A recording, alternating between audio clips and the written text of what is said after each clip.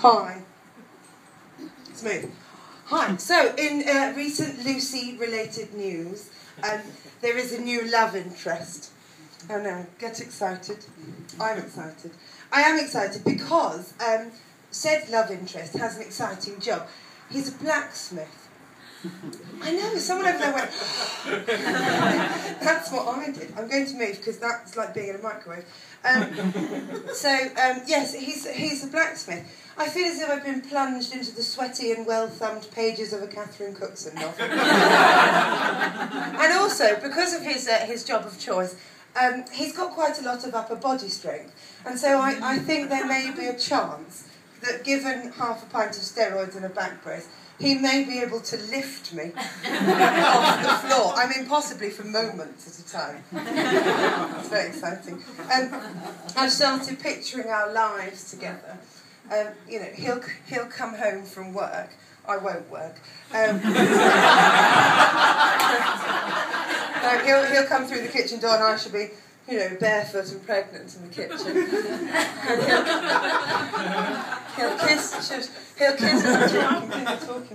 And he'll kiss me lightly on the ear and then take me roughly over the Aga.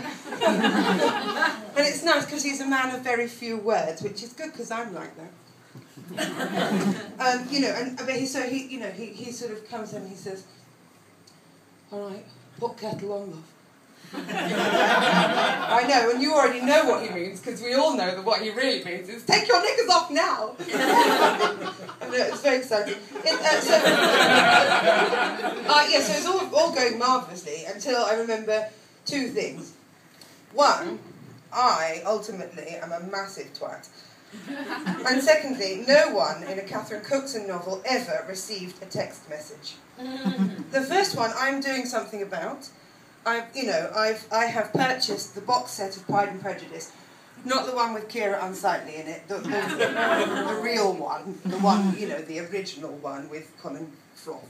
And I've been practising. Someone's phone went dingle. It's not relevant. I've been practising. I've been practising my furtive glances. Get ready.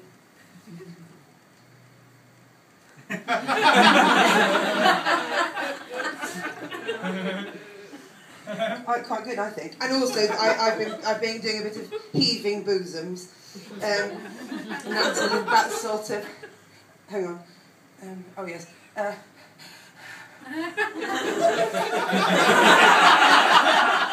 I just say that I did another gig in Brighton where there was quite a lot of women in the audience, and a lady at the front went, "Can you do that again, please?" It wasn't because she was laughing. So yes, I've been practising, and I've been practising saying things like, "Hello, Mr. Johnson. Would you like to touch me in my downstairs abbey?" So, you know, well done me, because, you know, sometimes it'll shock you to hear that I can sometimes come across as a slightly alarming woman, and I need to remember not to approach these things in a sort of, look how much fun I am, kind of a way.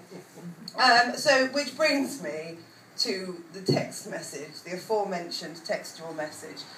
Because I met the blacksmith in the countryside. I was staying with a friend. I don't know if you've ever been to the countryside, but it's like a place where there's no mobile phone reception. So I was staying with this friend of mine, and I received this sort of nonchalant text message, which was something along the lines of, "Oh yeah, hi, I'm home now. If you want to come over for a bottle of wine." He didn't say, that's my voice, not his. He doesn't speak like that.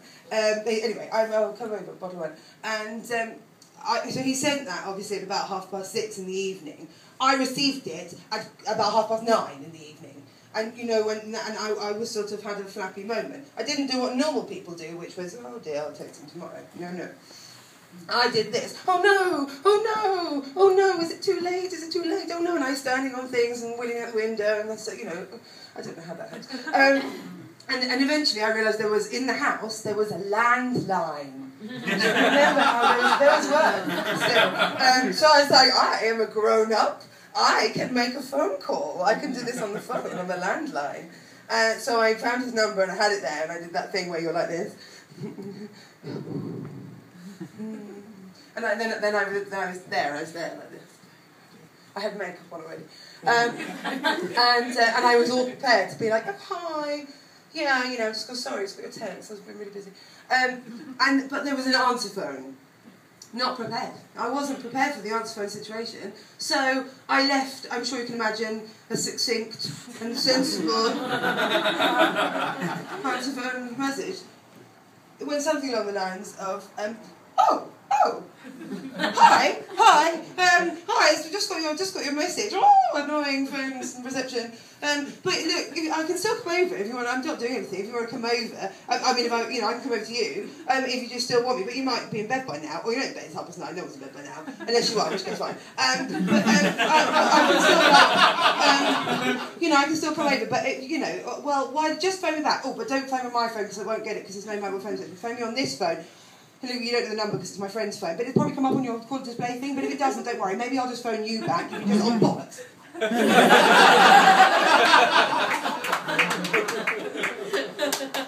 So that went awfully well. I don't know if he's going to get back to me or not. It's quite a while ago now. So I'm taking off quite so long. Look, I'm going to leave you with, he did, to be fair, if he doesn't phone me back, he has, I might have to admit, had a little bit of a lucky escape. Because the last boyfriend that I had, and yes, I have had a real one, the last boyfriend that I had, this was my last attempt at the romance. I went out and got drunk. That's the first mistake. And I did that thing, we came home, and he was with me. And I was sort of behind, because you know when you're drunk and you walk like a toddler with a weight on its head, like this, and doing that heavy breathing thing, like, and I came through the front door, and my boyfriend behind me, like, I want to kill myself. And I went into the bedroom, and then I appeared at the bedroom door again, wearing nothing but my underwear and a pair of swimming goggles.